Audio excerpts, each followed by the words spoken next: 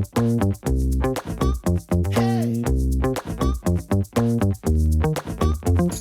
ladies and gentlemen, welcome to another episode of Golf and Politics. Rob, I don't know about you, but I got quite a few texts from our loyal listeners saying, what is going on? What's with the hiatus? How come you guys haven't put out any episodes? And I will have to take the brunt of the blame there because I've been incredibly busy. Our firm is involved in over 90 campaigns that have primary elections on or before June 16th. So I haven't had much time to sleep, let alone work on the podcast too much, but I'm so glad that we get to do the show tonight. And we'll get into our guest in a minute, but how have you been? How's your wrist? What's going on in Washington, D.C. with Rob Ellsworth? Well, we had our biggest week of the year last week. We had a huge fly-in with over 65 business owners in town. So I spent some time at the White House and Capitol Hill, and we had events nonstop Monday through Thursday night. So I'm kind of glad that's over, and I'm already focused on planning summer golf. Wrist is feeling a good bit better. I had a level 2 tear wrist, which makes it hard to, compress the ball and get through it. But luckily, it's feeling better. I think it would have been healed faster if I was more patient over the winter. I tried to play a couple times and it did not, really go well. But it's feeling better, and I think I'm going to be back on the course soon. I'm going to be back on the course with you soon, too. Yes, we've got a special trip coming up to Medina that I'm sneaking away to get up to Chicago for a day trip that I'm excited about. But some great sports this weekend. This is how busy I've been. I could not tell you most of the Steelers draft picks. The draft was in Pittsburgh. We're both huge Steelers fans. All I know is that we drafted Drew Aller in the 3rd round. So I don't know what I think about that. I don't know that he's the quarterback of the future. But also interesting from a golf perspective, you can't help but love the Fitzpatrick story from this weekend. 2 brothers playing in a PGA Tour event and the younger brother getting his tour card on the PGA Tour. Pretty special family moment there. I don't know if you got to witness any of that. I didn't. And as for the draft, I've had years where I knew all the players that we drafted. I felt like I researched it and was on top of it, and they ended up being a bust. So I don't know. We got 10 players. We won't really know if this draft was worth a damn until a season or 2 in. I share your skepticism on Drew Aller, especially using a 3rd round pick. We'll see. I'm optimistic.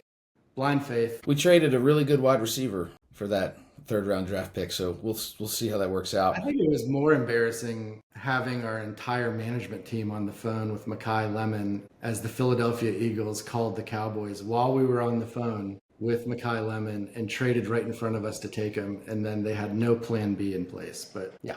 Well, we'll see. I know you have plenty of grievances against our president. I'm sure there's plenty. I don't have the energy to argue with you tonight. We will do another show, and you can get all your grievances out. But we have a incredible guest tonight. Truly going to talk about the intersection of golf and politics, maybe more than any episode we've ever had. Rob, why don't you tell us a little bit about our guest that we'll be bringing on the program tonight? I will weave my grievances in and out of the show, being that I am a co-host and will not have my beliefs. I'm tired, Rob. I can't argue tonight. I just want to record and have fun here tonight. Please. My grievances will not be blocked by your energy level or lack thereof. You're like sleepy. I'm low energy Jeb tonight. Yeah. Well, this is a pleasure. The show's called Golf and Politics, and there's nobody that's more at the intersection of the two right now than my friend Will Smith. Will is the co-founder of the National Links Trust. And if you're unfamiliar with the National Links Trust, Washington, D.C. has 3 municipal golf courses. I started playing them when I was a student at Georgetown. I love going there. You'd invariably run into a guy in his 70s that played the course every single day and would somehow beat you at the end of the round because he knew every putt, he knew every break of every green.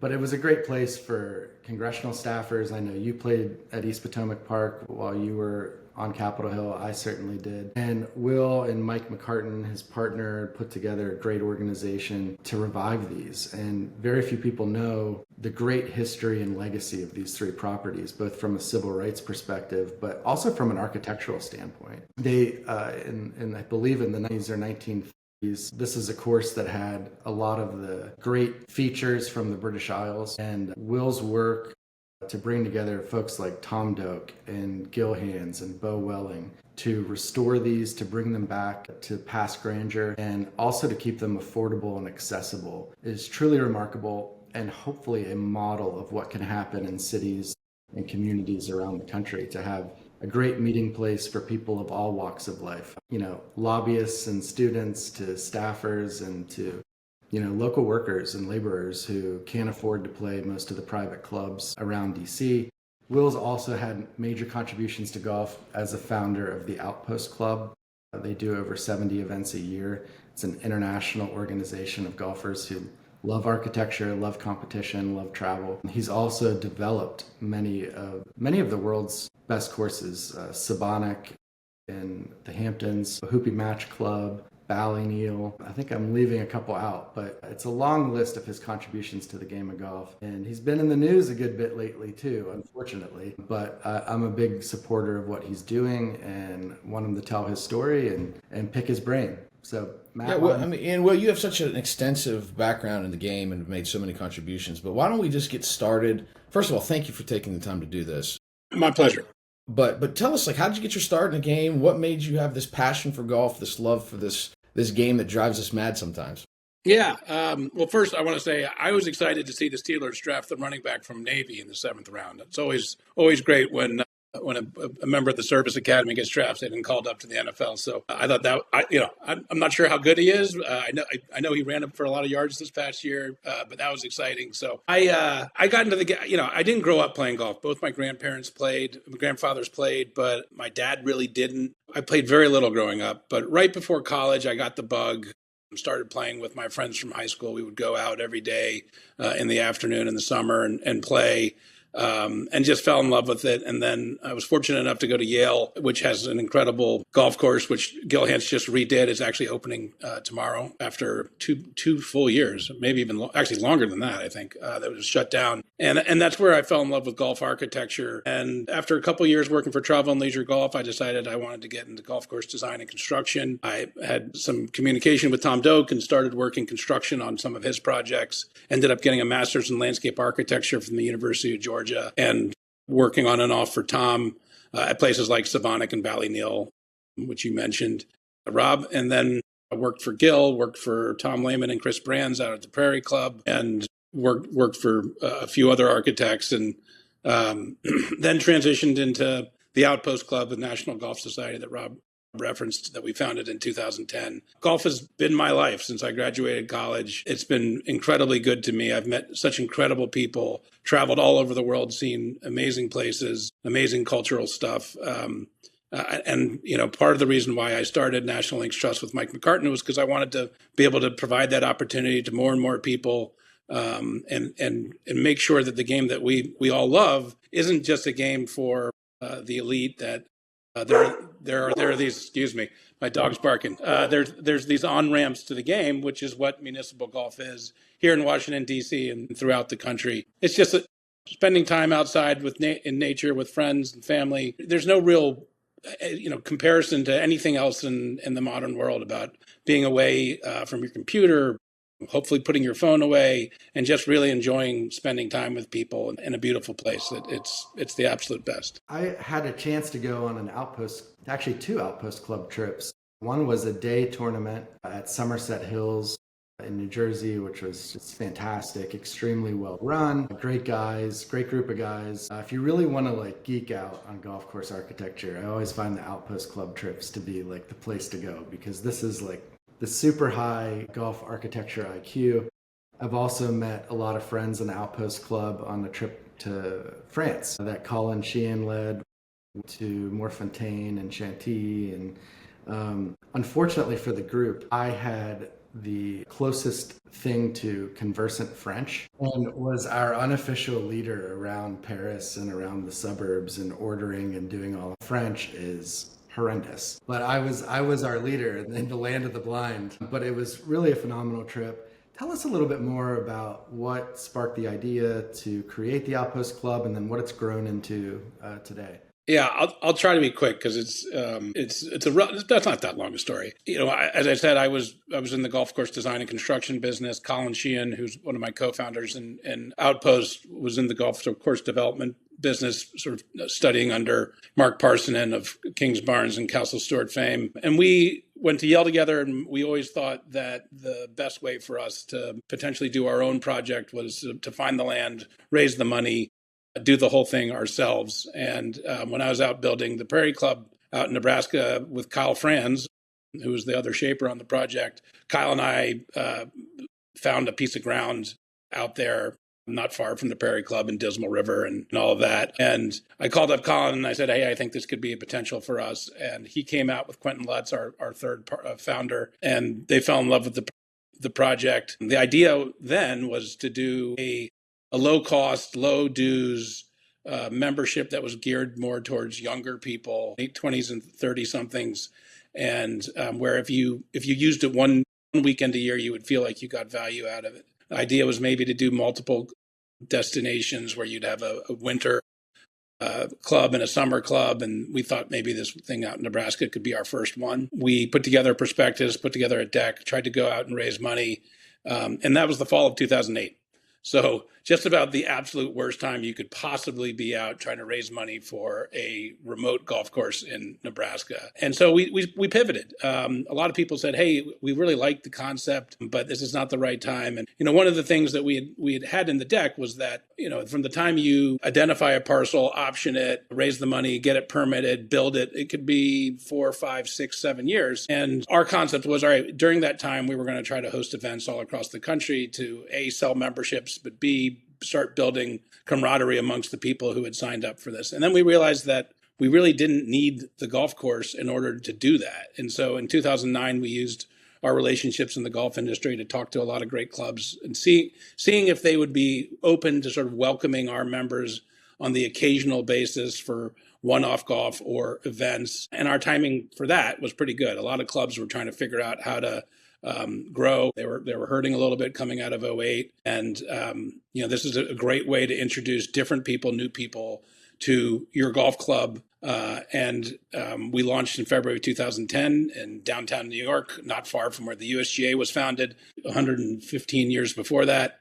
And it's been great. I mean, it's grown from a handful of people to over 900 passionate golfers who love to travel and play. And as Rob referenced, depending on the year, it's sort of 65, 70 events that range from a one day at a place like Somerset Hills to, going to Milwaukee and playing a couple of the great courses there, to a week in Scotland, 14 days in New Zealand. So it's a great group, and we've got a foundation, the Outpost Foundation, which gives scholarships to people who want to get into the golf industry or stay in the golf industry. We did an emergency relief fund. It's been just the most rewarding thing that I've ever done, probably up until National Links Trust, in that, it's just the friendships that I've made have been so essential to my life, but also hearing other members talk about how many friendships they've made and what a difference it's made in their lives. I know, Rob, your good friend, Rich Levine, we said we weren't going to bring him up, but I brought him up.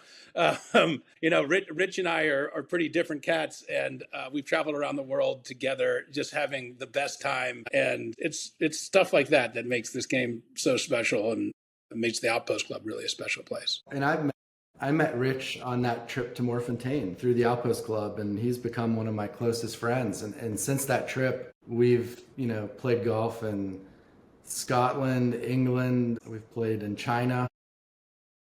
And don't forget that we had dinner at Mar-a-Lago. We had dinner at Mar-a-Lago. That was like a fish out of water. I mean, I think I was about as uncomfortable there as the first time I went to a gay bar. And at least with the gay bar, I ended up liking it. Anyways, I want to follow up quickly on Outpost Club. My father's generation, my grandfather's generation, they didn't really travel a ton for golf. Some people did, but they'd do a bucket list trip to Pebble Beach. Maybe they'd go to Pinehurst. Maybe they'd do a bucket list trip to St. Andrews. But that was pretty much it. They weren't traveling around the United States playing private clubs, like soulless list chasers like me. I mean, I've finished the U.S. list. I'm close to finishing the world list. In 2010, I mean, how did you know that people were going to be willing to do this, that this was going to be financially viable the way that it? Yeah, I mean, that's a good question. I mean, we had a pro forma. We felt decent about it. Wasn't a big swing. This was, build it slowly, and there wasn't a lot of capital outlay to what we were doing. Although we did invest at Jesse Creek and built a lodge down there within the first year. And I don't know. I mean, I think we looked at ourselves, right? I mean, all the three of us had spent a lot of time in Ireland and Scotland playing all the great courses over there, seeing the golf society culture there, understood that a lot of the origins of golf clubs started in society golf, where you didn't necessarily have real estate, where there are people from different parts of the country that would come together and play at these places. I think we just sort of looked at sort of the different things that were going on. The fact, this was sort of pre-Instagram, so it wasn't Instagram making people seeing pictures and wanting them to go places. It's worked out differently than we maybe first anticipated, where we thought there was going to be sort of real estate and lodges that we'd have to build at these places, and it's really morphed into more about creating a community of passionate golfers. We've got these silly tweed jackets that we wear. The club jacket is this Scottish tweed that is very distinct. When we walk into a room, people know who we are. You walk into Royal St. George's, and it's always great because the old guys, they love it. They love the jacket. It's distinct, and they sort of say, where are you gentlemen from? There's a real sense of camaraderie and togetherness with the Outpost Club. So you've worked heavily with some great architects like Gil Hands, Tom Doak. 2-point question here, one, what makes those guys and their work so special, in your opinion? And do you see yourself continuing to do more work with them on other courses? That's a great question, Matt. I think Tom Doak and Bill Core are the greatest routers of golf courses, certainly living and maybe of all time. They have an understanding. I think Bill does it much more in the field than Tom. Tom does it more on topo to start, and then goes out in the field and verifies it and makes adjustments, whereas Bill Core spends a lot of time walking the earth.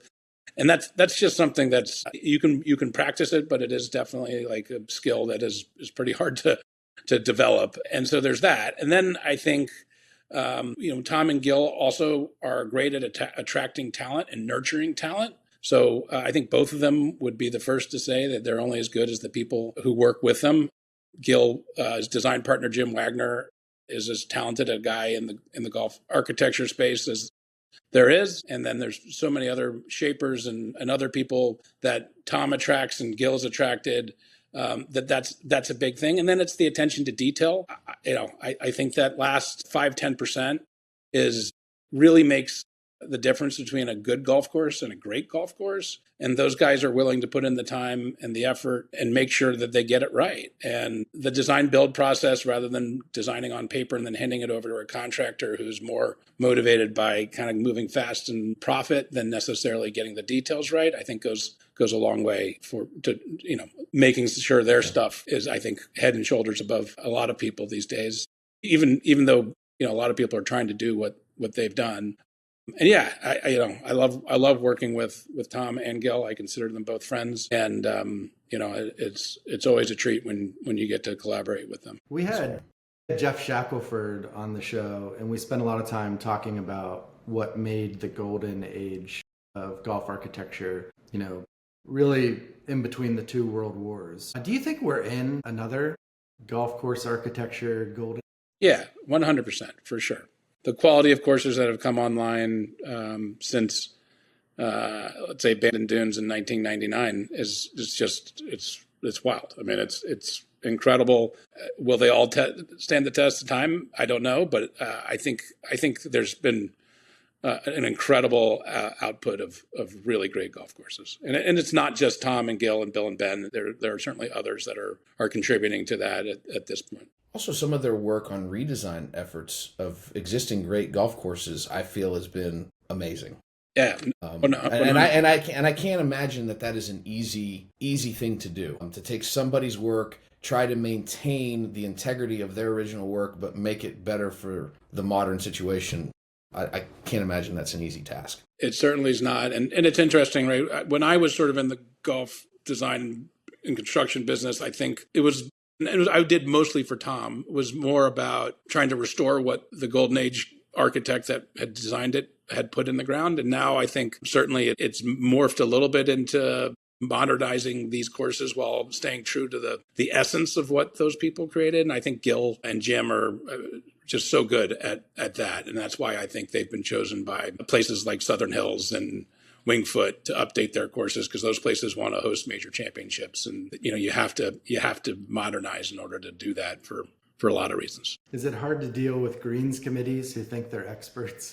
Luckily for me, I was low enough on the totem pole that I was in a machine or with a rake and a shovel as Tom or Gil was walking by talking to the Greens committee. But I've certainly heard a lot of stories. I think it's better to have one strong person who's knowledgeable on a Green committee than a bunch of people who have strong opinions but no real knowledge. And I know. Look, Tom does basically very little renovation these days, and I think that's part of the reason why is that having to deal with that sort of politics is not something that he particularly loves. A while back, he said I think the only two courses he wanted to work on were Bel Air and East Potomac, and I think he did Bel Air, and we're still holding out hope that he can do East Potomac someday. I'm a member at Fox Chapel, and I can remember playing with a buddy there who had some brilliant ideas of what they should do with the course, and I just kept thinking to myself, like, I'm glad you know more than Seth Rayner. Exactly. We totally should, clue you in. Shifting back to East Potomac Park, originally a Walter Travis design. For those of you that haven't played a lot of Walter Travis courses, I mean, he's kind of becoming back in vogue. Not that he was ever out of it, but I don't think of the golden age architects, he probably doesn't get as much attention as the others, but had a lot of significant designs like, Hollywood and New Jersey. And was East Potomac originally a reversible 18 like the old course? Or Yes. At some point, I think they had 3 nines that were reversible. My partner, Mike McCartan, actually wrote his master's thesis at the University of Georgia, which is where we first met, on East Potomac Park. And he grew up playing there. That's where he learned to play golf. And he thought it was a great sort of blank canvas to write what affordable and accessible golf should be. He was going to design the whole facility so that it was sort of maximized for affordable and accessible golf. And then he started to do the research and realized that it was originally a reversible Walter Travis course that was Travis's homage to St. Andrews. And when you look at some of the early pictures and you see the holes playing at the Washington Monument, like you would see a steeple at St. Andrews, and the humps and bumps that Travis concocted out there, as well as just the general shape of the peninsula that it's on, it's very clear that that's what he was trying to do. And so it was originally, he built 9 holes that were reversible. Then he built a second 9, I think a year later, that were reversible. You could play them in 4 different configurations, right? And unfortunately, that was lost, I think, in the late 30s, early 40s.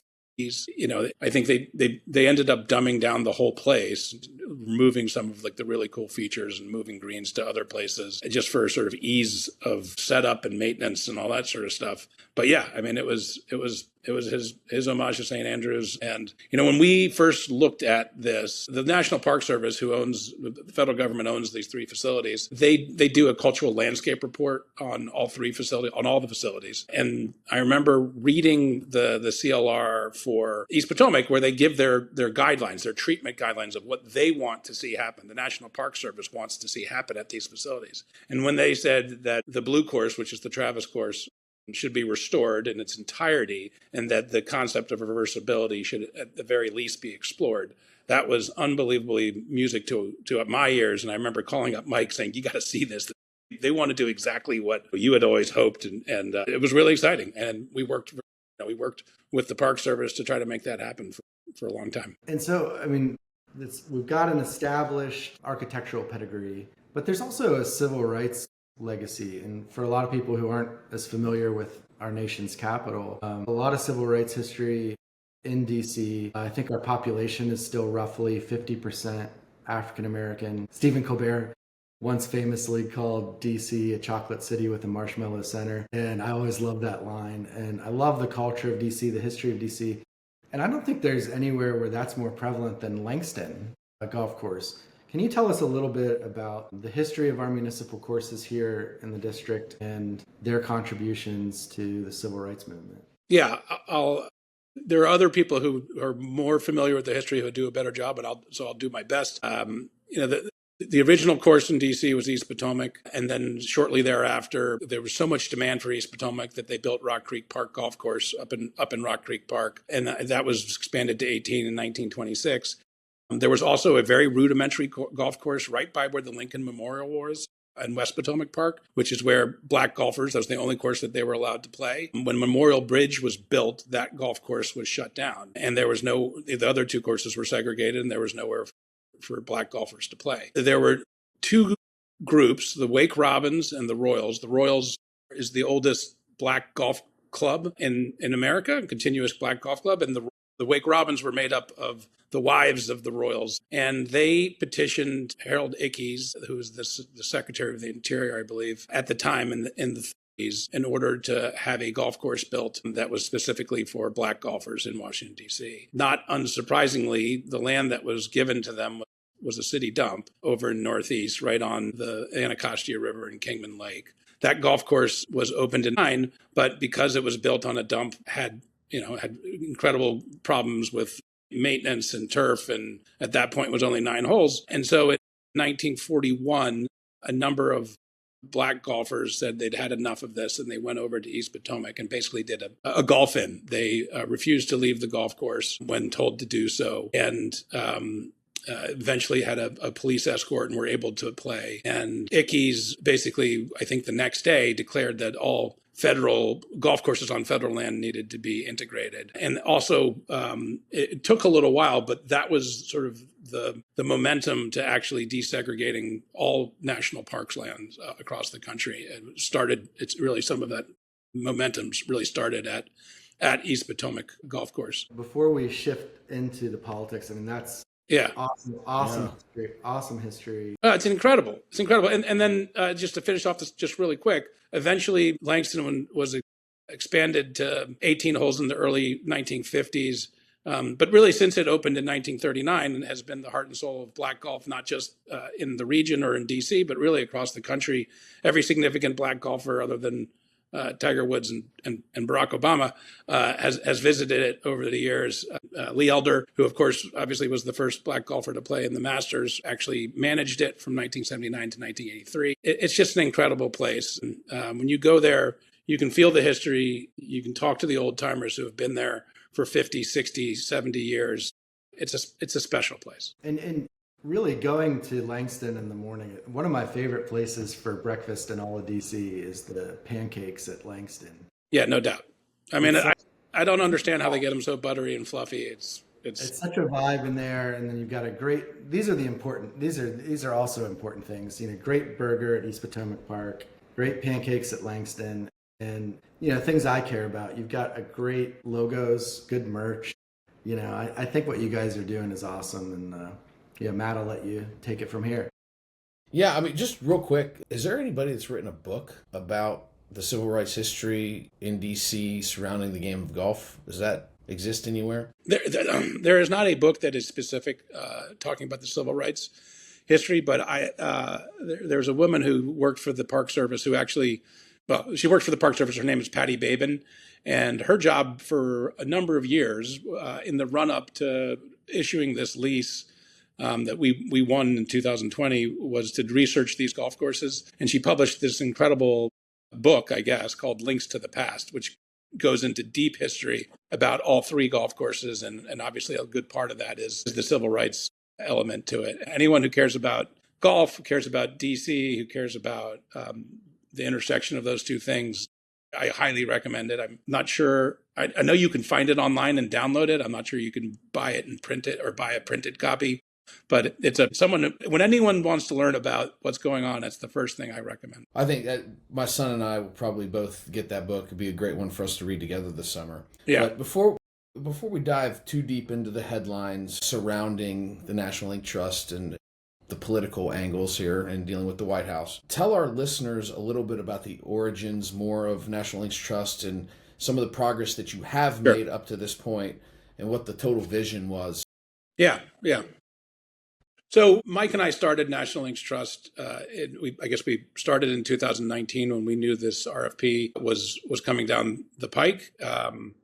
And the RFP was to put it in a proposal for a long-term lease of these 3 facilities in DC. And so NLT was specifically started to respond. Originally, that RFP was going to be due February, Wednesday before Thanksgiving in 2019.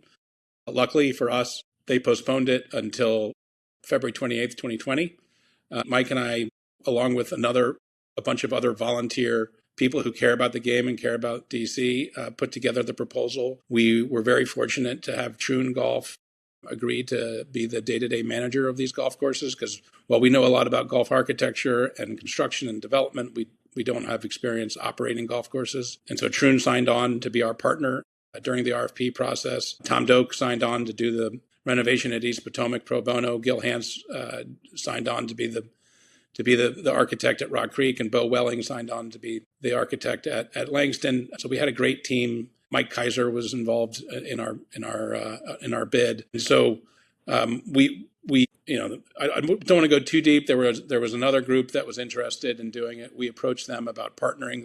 They didn't have any interest in working with us, and so we decided to go it alone and put together this great team and put together this proposal, which we handed in February 2020. Obviously, the world changed just a few days later. In March of 2020, we didn't know if we were going to hear anything. And then I think in May, we got word that they had convened the jury or the selection committee, and that they were going to reach out and let us know. So in June of 2020, we learned that we had been selected. We negotiated the lease throughout that summer, and then we took over operations in October of 2020. And sorry, that only gets us to October of 2020. And look, we're set up as a 501c3. The idea is to raise the money philanthropically so that when we do these renovations, which are very, very costly and more costly because we're dealing with federal regulations, all 3 courses are on the National Register of Historic Places. We're dealing with, contractors in Washington, D.C., that we wouldn't have to pass on the costs of these renovations to the end user. Our mission is based in affordable and accessible golf. And so we started about going into that process of raising the money, and we started within the first week of trying to go through the compliance process at Rock Creek. We were very naive in that when we were selected by the Park Service, we thought that meant that everyone in the National Park Service was on board with what we had proposed. But within that first week, we soon realized that, okay, there was the selection committee, they were on board, and someone maybe higher up sort of blessed it. But now we had to go to each individual park. The golf courses are in 3 different national parks, and then walk them through what our vision is, and then get them to agree on what that vision is before we could even start the formal permitting compliance process, is what they call it in the Park Service. And so it took us, and we're it's still in the heart of COVID here in October 2020. It took us over a year to get the Rock Creek Park to sort of buy into our vision, so that we could then start the formal permitting process in the fall of 2021. And we thought that process would take a year or 18 months at most, but it dragged on for 3 years. And there's a lot of reasons why, and some of it political, being some opposition from some locals on the number of trees that were necessary to cut down because of basically, if you don't cut down a tree on a golf course for 100 years, you're not going to be able to grow grass. So it took us a long time to get it permitted. We were working hand in hand with the Park Service every single day. They were a lot of times the agency that was actually asking for the permit or permission to places like the National Capital Planning Commission, which has been in the news, the Commission of Fine Arts, which has been in the news a lot recently. We worked very, very, very closely, hand in hand with the Park Service, and we finally got permission to proceed in the fall of 2024. We started our first phase, which was the initial pass on cutting trees. Part of the process was we had to agree to go slowly with cutting down the trees. And then in the fall of 2025, we got started on the construction of the verticals. We greenlit that. We had to wait until November 15th to get out of the bird and bat migration season, another fish and wildlife regulation that we had to constantly juggle and go through. That was when things sort of went south. It was right when we were really finally getting started after going through this brutal, long compliance process that was controlled and driven by the Park Service. We had started similar processes at at Langston and East Potomac. We did soil testing at Langston, which we were waiting to hear back on whether or not we could proceed on what the scope and vision could be. We still never heard after months and months of waiting. At East Potomac, our plan was always to do it last. You guys are familiar with it. The seawall that supports Haynes Point is crumbling, it's broken. The drainage goes the wrong way. Rather than keeping the water out, it actually helps bring water onto the property. And so to do that project before the seawall is completed is just a fool's errand. And so while I think there was money in the Great American Outdoors Act to do the design for that, I don't think there's been money appropriated to do the full seawall. I think in 2019 dollars, that project was $400 million. And so we weren't, our plan was always to wait to do the big work at East Potomac until the seawall was funded. In the meantime, we did a complete renovation of the historic mini golf course at East Potomac, which is the oldest continually operated golf course in the world, mini golf course in the world. The transformation we made there was absolutely incredible. I encourage anyone who is a mini golf fan or just wants to be outside in Washington, D.C. to go spend the night down there. It's a really cool spot. It might be the hardest mini golf course in the world. It's wild, but it's a ton of fun. And so we were chipping away. We were working as fast as we possibly could. Fundraising is always a challenge, but we were having success, and we finally had a greenlit project, which helps with fundraising. And so we were excited to really, really get the ball rolling. How many rounds a year do these three courses put through, and roughly what does it cost to play? Yeah, so it's a great question, and I'm probably going to botch the numbers. I think East Potomac, between the three courses, there's the blue course, which is 18 holes, the white course, which is a 9-hole executive course, and the red course, which is a par 3. I think we were over 160,000 rounds there last year. And then when you combine Langston and Rock Creek, I think we were over 200,000. We were over 200,000. So, yeah, these places are well used. The round of golf, again, at Rock Creek, I think for 9 holes was maybe a little over $20. And Langston, I think on the weekends it's $40. And then at East Potomac, I think the highest greens fee on a Saturday morning, a greens fee is $48. And so these are very affordable. In our lease, there was language that, again, because the Park Service was very concerned about affordable and accessible golf, and this is something they care a lot about. There was language that basically pegged our greens fees to, we had to do a study of area courses and that were sort of like calibers or municipal public golf courses, not high-end daily fees. And we had to peg our rates sort of on average with that or lower. We actually were well below that market study for the years that we continue to operate, but we're still well below it. So are you envisioning that once, Tom Doak redoes East Potomac Park and, Bill Welling does Langston, would the model change to more of like Torrey Pines or Bethpage? No. Out-of-towners pay more? No. Look, these are national parks, right? I mean, these are federal tax dollars. Our take has always been that someone from Northeast DC should play the same as someone from Nebraska. And, maybe eventually we would have gotten away from that, but it was never going to be a $300 to pay East Potomac if you were out of town and $80 if you were from DC or the surrounding areas.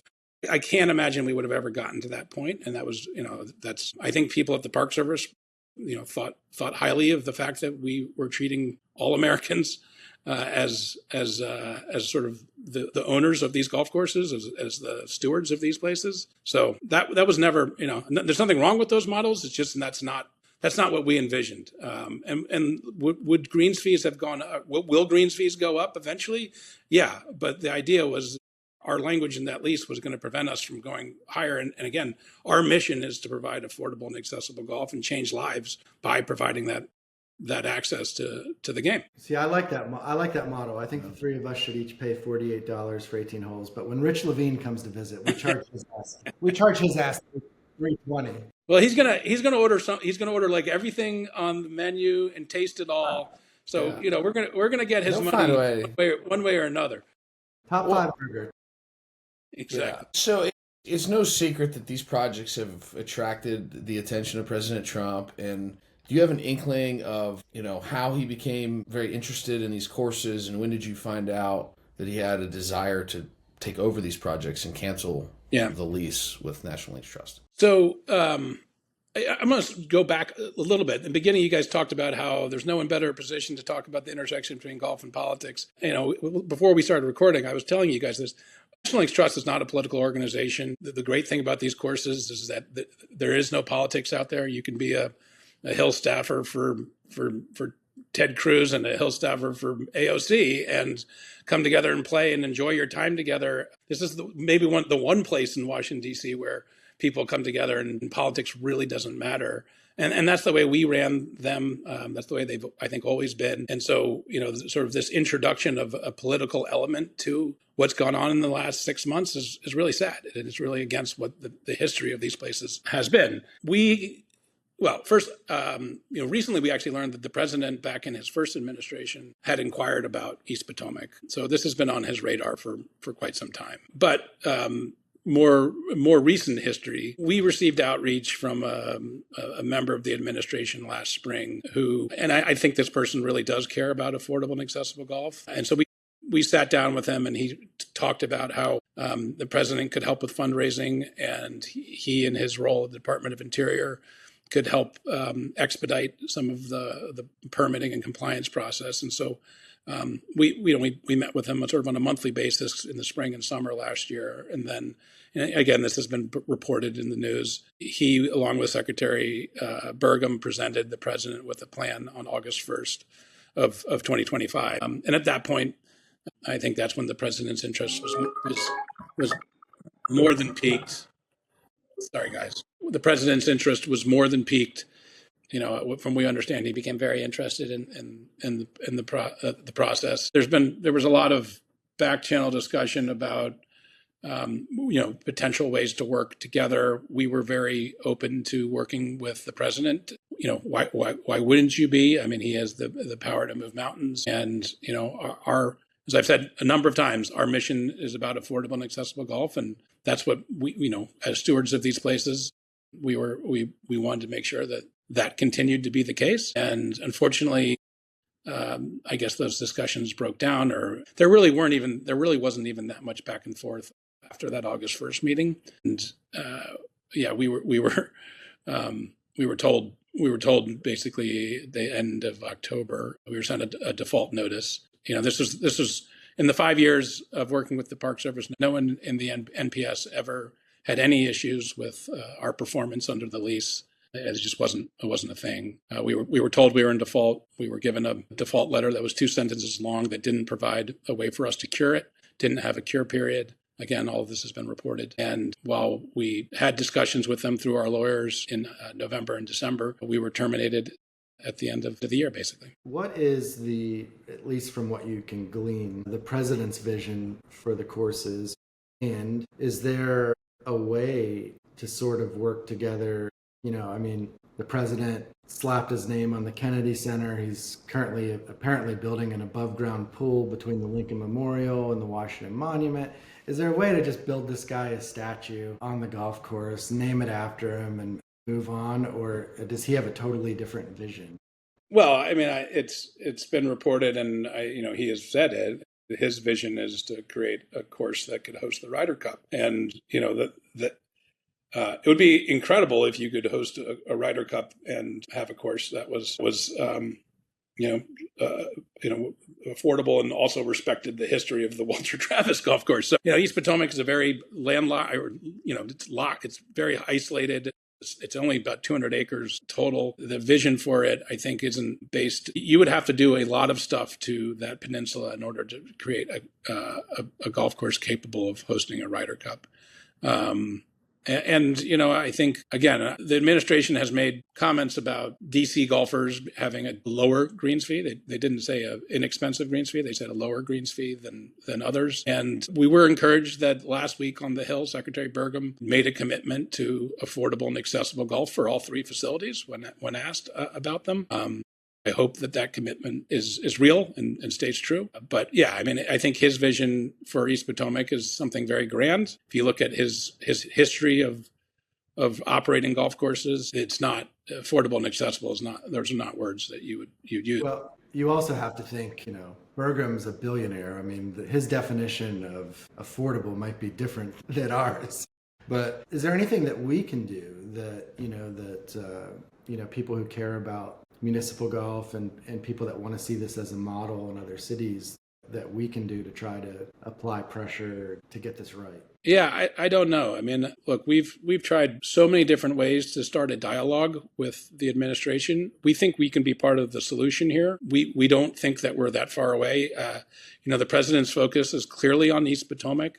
We want to make sure that Rock Creek and Langston aren't left behind or closed or anything like that. And so we think we can help make sure that the community continues to have access, affordable and affordable access to places like Rock Creek and Langston, that we can continue to do our workforce development program at Langston and our caddy program at Langston, which has produced 3 Evans Scholars in the last 3 years. Those are really important things. And so we don't want to shut the door to working with the administration on helping those facilities, because while a lot of the attention, certainly the president's attention, is on East Potomac, those other 2 places are just as important. So, we want to have a dialogue and try to figure out a solution here. And look, we also are currently operating East Potomac. They're going to have to go through some permitting process there. We should continue to operate and help them out until they're ready to make the improvements that they get permission to do. We're willing to do that. We haven't started any sort of legal battle, even though as we've said, we greatly disagree with their assessment that we were in default. So yeah, I mean, I guess what people could do if they have connections would be to encourage the administration to have that dialogue with us. Call your congressman. There has been some congressional activity. As I said, Burgum was asked about it on the Hill last week. I know Representative Comer has reached out to the administration on this. I know the senators from Maryland and Virginia have sent a letter to Secretary Burgum. I mean, all of this stuff, I think, helps. You guys probably know better than I do. But look, NLT, we're a nonprofit. We're soldiering on. We may have legal fees coming up. If anyone wants to support National Links Trust, we can use the help. Yeah. And we'll put the link here in post-production. We'll put the link here where you can go and donate to the National Links Trust. They're doing great work, and we support it. This is an area where Rob and I don't agree politically on just about anything, but we love the game of golf, love what you're doing, and as 2 guys that grew up in the Ohio Valley, Rust Belt towns right across the river from each other, accessibility to golf was not, we were fortunate to get to play some local public courses and work at a public course to be able to afford to play. And without those opportunities, Rob and I both, we feel incredibly blessed every time we get to go on golf trips and play amazing golf courses all over the world. But that we wouldn't have this passion for the game of golf and the ability to come together and put politics aside and be friends without it. And so we want to support the game of golf and the ability for people to play. After 25 years of working in politics, I can tell you this: things always change, and they can change rapidly. Just because a situation is where it is today doesn't mean it necessarily will stay that way. The last question I have on this issue, and again, I don't know, I don't understand where President Trump's exactly coming from on a lot of the way he acted on this. But you, as National Link Trust, seem to have access to a lot of very important people in the game of golf, ambassadors for the game of golf, people that the president trusts. Do you believe that some of them can have maybe even a bigger impact than a local member of Congress that's calling the president? Yeah, I think that's right. And we've tried those avenues. Obviously, the president is really into golf, right? I like to joke that if 10 years ago someone called him up and said you could be the czar of golf or the president of the United States, he might have chosen the czar of golf. And so he's been involved in lobbying the USGA about the golf ball rollback. He's obviously been involved in trying to broker a deal between the PGA Tour and LIV. So I think there's a lot of people who have the president's ear, who are in the golf world, but there's all these sort of different currents that are mixed up in this thing. And, I think people are hesitant to use political capital on this, which is unfortunate, because I think this is really important. As you guys, you just alluded to, these are the on-ramps to the game. If without municipal golf, the game gets really, really small and gets really insular. I think there's probably hundreds of members of Donald Trump golf clubs that learned the game at municipal golf courses. Yeah. And these are essential places to the ecosystem, and they're essential places to our great city. So look, even as a member of an exclusive club, I can't afford to just cover the greens fees for my son to take all of his friends to play Southern Hills every day. Yeah, that's not going to happen. But we have wonderful municipal golf. It's actually county-run golf here in Tulsa County, where he's under the lights playing golf with his buddies on the par 3 course, and they're not out drinking and getting in trouble, right? I mean, golf opens up great opportunities for people. Everybody I played college golf with is successful today. Like, it's a great sport to build character and camaraderie and learn how to interact with people. And so I think access to the game is something that Republicans and Democrats can agree on. So thank you for the work that you're doing. Yeah. And look, if your first 10 rounds of golf costs $100 each time, there's very few people who are going to take up the game. It's just not going to work. It's so frustrating. It's so hard. And then you're just gonna be like, man, I'm paying all this money to do this. I'm going to go do something else. Thank you. Well, Rob, do we want to get into the fun stuff to close this out? Some quick questions? Yeah, I mean, I think this is, we ask these questions of our guests who are very knowledgeable in golf architecture. And so it would be interesting to get your take. The first section is called 10-round splits. So I'll name 2 courses and you get 10 rounds at each. How are you going to divide them up? So I'll kick it off with 2 of my favorites, North Berwick and next door Muirfield. Are we just talking the golf, or are we talking like a full day? Full day. All right. Full day. Well, I promise. I won't. This is the only one I'm going to do it to, but 5-5. Okay. This one's tough. I absolutely love North Berwick. I think it's as charming as it gets. It's as quirky, fun. It's just a special place, but I'm a big fan of alternate shot foursomes. I've been known to have a drink at lunch or two. The full experience at Muirfield is also, in the upper echelons. I'm gonna split 5-5 on this. If I ended up having to do 10 at one and 0 at the other, I'd probably be just as happy. Good stuff. All right, Oakmont and Marion. Yeah, it's another tough one. I'm gonna go 6-4 Marion. Both of them are really hard, but I think Oakmont is a complete kick in the pants. I think Marion's just a little bit more playable. I think the walk's a little bit easier. I'm going to go Marion, but again, that one's close. Okay, you're only a little bit wrong on that. All right. Sorry, I'm talking to the Pittsburgh Steelers fans. It's all right. I support it. Marion's awesome. Another 2 of my favorites, and also both great day at both, Sunningdale and Moorfontein versus Moorfontein. Yeah.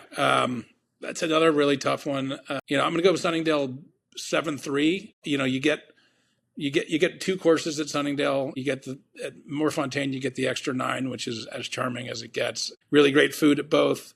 Great patios. Really, really tough. But I'm going to take Sunningdale 7-3. Which clubhouse do you like better? Man, the one at Moorfontein, I think maybe is a little bit more special, a little bit more unique, so I might give it the edge, but I've got a lot of friends at Sunningdale, so I don't want to piss them off. All right, Well, if I get Moorfontein on that. Yeah. All right. Well, 2 courses that are on every golfer's bucket list: Augusta and Cypress Point. I'm going to go Cypress Point 8-2. Wow. I mean, look, it's just the most beautiful place in maybe the world. So if you're having a bad day swinging it, just walking around there would be pretty special. Augusta is obviously very, very special. I think I would love to have played the pre-Tiger proofing Augusta. I think that would be a more engaging golf course for me at this point. But obviously, when you walk around Augusta, every single step is mired in history, and it's just a special place, obviously. So. Okay, next one are my 2 favorite courses, and they're right next door. I'll cheat a little bit. My favorite is National Golf Links of America, and right across the street versus Shinnecock. How do you break on that? Yeah, I'm an 8-2 NGLA guy. The lobster lunch and sitting on the patio looking out. I mean, I'm really, really wrapping myself in municipal golf vibes here. Thanks, guys. But I'm a man of the people too. I'm a man of the people. But look, I often say that I think Shinnecock might be the best golf course in the world, but National is my favorite. So, and again, this is a little bit. I think National is just a lot more fun. I'm not a good enough golfer to play Shinny on a regular basis, so I'll go 8. All right, Melbourne or the Old Course? Yeah, so the Old Course and National are my 2 favorites. So I'm going to go 8-2 Old Course. I was really fortunate on an Outpost Club trip. I think it was 2018. We were there in April, and I got to play it 4 times in a week with different pins and different winds. And if you're a golf architecture nerd, which I certainly consider myself, there's nothing better than seeing the Old Course under different conditions. I could play there every day the rest of my life and not be not be bored. But Royal Melbourne's also a spectacular golf course. Have you ever had a chance to play the composite course at Royal Melbourne? I have, and it's special for sure. Okay, I've got a tough one here. Langston versus East Potomac Park. Man, I said I wasn't going to go 5 or so. I'm gonna go East Potomac 6-4. Just so I got 36 holes there rather than 18. So I'm gonna go that way. That's a little bit of cop out. 6-4. All right, the last one: Southern Hills and Prairie Dunes. Actually, we got more than. All right. Well, I'll be Dunes. quick. I've never played Southern Hills. I will. I know. Please come to Tulsa. I would love to host you at Southern Hills. Would love to do it.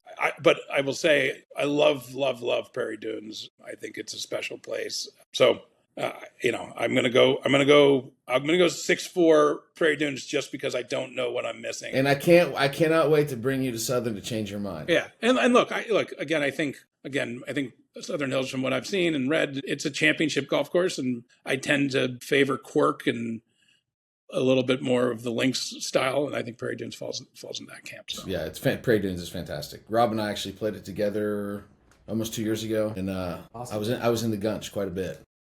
Again, we said we weren't going to talk about Rich Levine. I was there. This is going back, maybe it was COVID. I don't know, but we were there in the early season, and in the morning we played, and they were out burning the Gunch, and in the afternoon we went back out, and it was incredible because you could hit the ball in the Gunch, and there would just be smoldering embers, and it was a great day. All right, no pressure on this last one. RTJ versus Kinloch.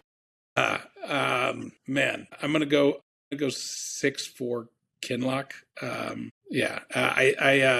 appreciate both places. I think they're both wonderful spots in the world of golf. I just think at Kinloch, Lester George took a few more chances. I don't think they all hit, to be very candid, but I think there's some greater collection of unique holes than at RTJ.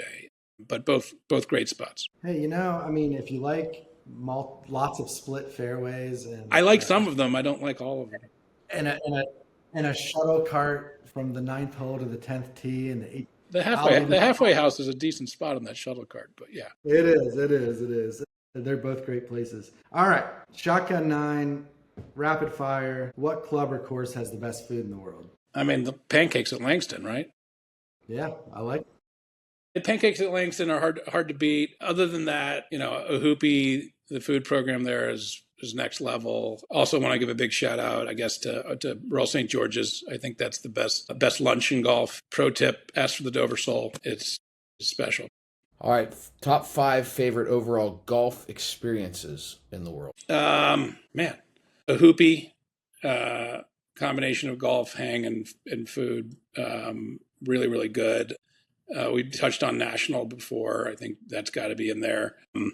Royal Cinque in England, just down the road from Royal St. George's. I've been fortunate to go there for every year for the last 15 years. Just an incredible golf course, but more importantly, an incredible membership. Just the most welcoming people. Absolutely love that place. And then Tahiti in New Zealand. I just think it's a sort of magical place. And then, East Potomac. I mean, you go to East Potomac on a warm spring afternoon and see all of the different people that are there and the way that they're enjoying it. It just illustrates how broad a game this is and how special it is. It's hard to beat. When golf historians look back on Live Golf, do you think the contributions to the game will be positive or negative? I think negative. I just think it'll be interesting to see if the legacy is anything more than, making it so that these sponsors have to put up more money and the players get more money. I mean, I think it's going to be a great thing for the players' bank accounts, but whether it's a great thing for the game, I don't know. So much of the game is about money these days that it's sort of the antithesis of what we were trying to do at National Links Trust in terms of providing affordable and accessible golf. And I'm just not sure that that's the influence that the game needed, and moving away from, the great thing about golf is that in municipal golf is that it's introducing people to the game, introducing them to the traditions of the game that they can either accept or not. But if we just keep moving away from the traditions totally and making it all about money, I just don't see where the positive end is. If you were going to build Will Smith Golf Club and could hire any famous architect from the past, who would you hire to build Will Smith Golf Club? CB McDonald, right? When you build a golf course, you spend a lot of time with the architect, and I know CB would create a great product, but I also kind of just want to hang with that guy and maybe have some scotches and just I like his brusque, confident manner. I think CB would be a blast, and you'd get a great product. So. Position on golf ball rollback. Yeah, the ball's got to be rolled back. As someone who's operated golf courses for 5 years now, we were never going to have the opportunity to expand our golf courses. I don't think there's any difference in excitement of watching a player hit at 310 versus 340. To be able to make the game more sustainable, less expensive by lowering maintenance costs, it's a real thing. Lowering water usage, lowering inputs. The game has to be sustainable from an environmental and economic standpoint. And the golf ball rollback would help address both of those things. To me, it's a no-brainer. Well, just so you know that I'm not this ardent, going to support my position no matter what. Rob has changed my mind on that very topic. Good. So, I am an open-minded individual. I mean, it sounds like you're a decent player, and so you might lose 4 yards off of your tee ball. I'm going to lose half a yard. Matt's one of those guys that can hit it I hit it a long ways. It actually probably will help me. It'll probably help me because he'll keep it my warm. dispersion is going to come in. If when I'm hitting one way offline, it might stay in bounds. Yeah, there we go. So maybe it'll be 15 yards, but that'll be a good 15 yards. For sure. I'm lethal with a 7-wood, so I bring it on. Yeah. Let's roll it back. Yeah, we were playing a match last year, and I hit a drive and Rob hit a drive. He was hitting 6-iron, I was hitting sand wedge, and he knocked it closer to me. And there's nothing that pisses a golfer off more than when you've got a sand wedge in your hand and your opponent knocked it closer. Yeah. No doubt. Okay. So other than the 3 DC munis, which courses anywhere would you most like to see renovated or restored? Some of the names that get tossed around are, Torrey Pines, Pebble Beach. Some people even would like to see Augusta and Pine Valley changed. What would be some of the ones on your list? Look, I think I'm going to stick with public municipal golf. I'm going to go, and I think there's a movement afoot to do it. Timber Point on Long Island, the Allison course, the pictures of that course back in the day were absolutely spectacular. Right there on the water, sand everywhere. I think that would be really cool, and I hope it happens. Yeah, I think that would be incredible. Sharp Park out in San Francisco on the Bay. Alistair McKenzie. Again, they've been trying to work on that for decades now, I think, and hopefully, I know they can never restore it all because I think they've lost some of the land, but I think that would be really, really cool. And then, we talked about Prairie Dunes, but a Perry Maxwell course down in Winston-Salem, Reynolds Park, I think is a special piece of ground and is not nearly living up to its potential right now. And I think you could do that one for a relatively, decent number and really create something that would be a really architecturally significant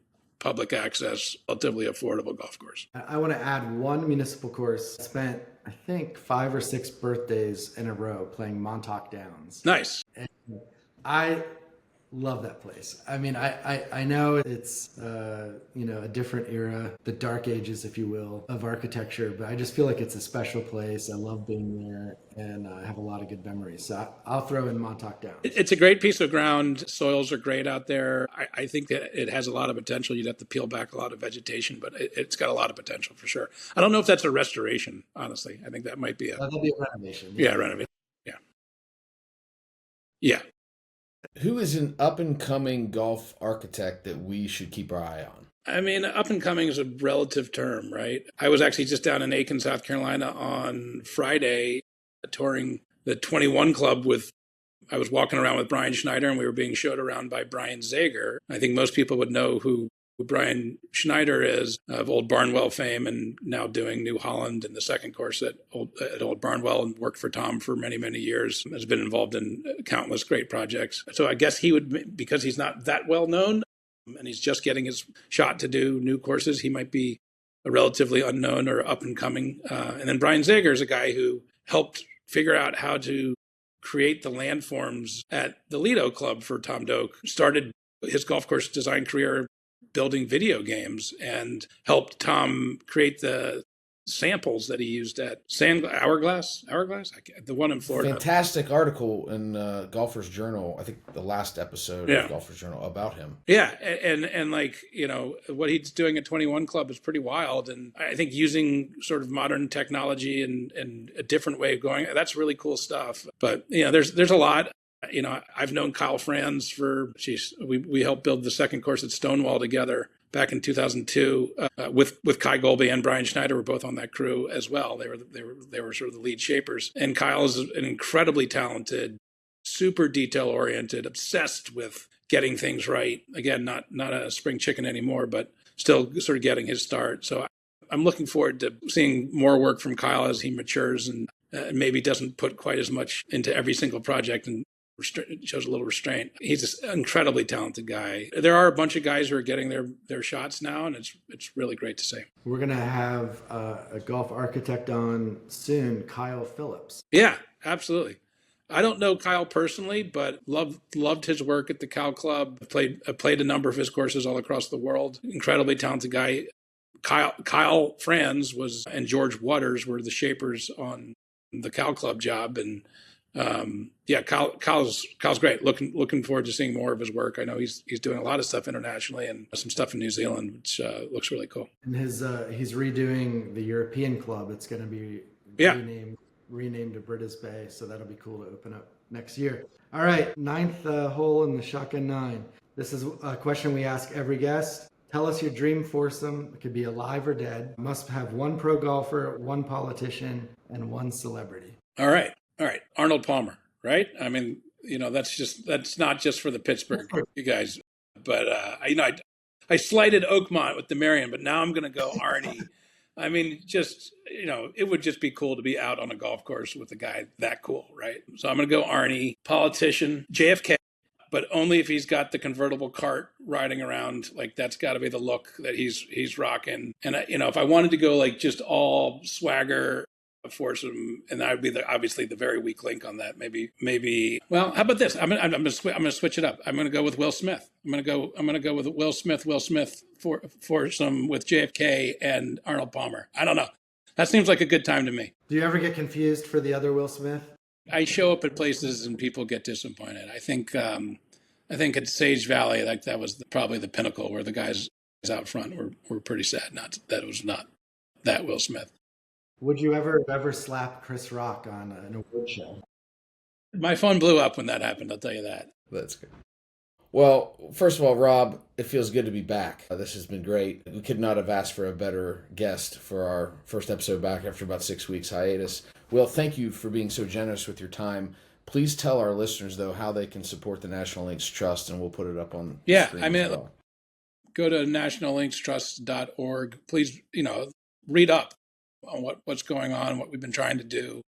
There is in the navigation, there is a donate to tab. Any support would be greatly appreciated. But even just signing up for our newsletter and staying informed and staying up to breast up on what we're doing and you know, just trying to get more people aware about what's going on here in DC. And like National Links Trust, regardless of what happens in DC, is still going to advocate for affordable, accessible golf all across the country. We're still in the business of changing lives through golf. And so we're not going anywhere regardless of what happens. So we could use all the support we can get. Awesome. Well, thank you, Will. Yeah, thank you, Will. And thank you for everybody who listens. Please go to golfandpolitics.com and sign up for our email newsletter. And we just appreciate everybody who's listening. And we're going to get back to the habit of bringing you great content every week. Rob, Will, have a great night. Thank you for your time this evening.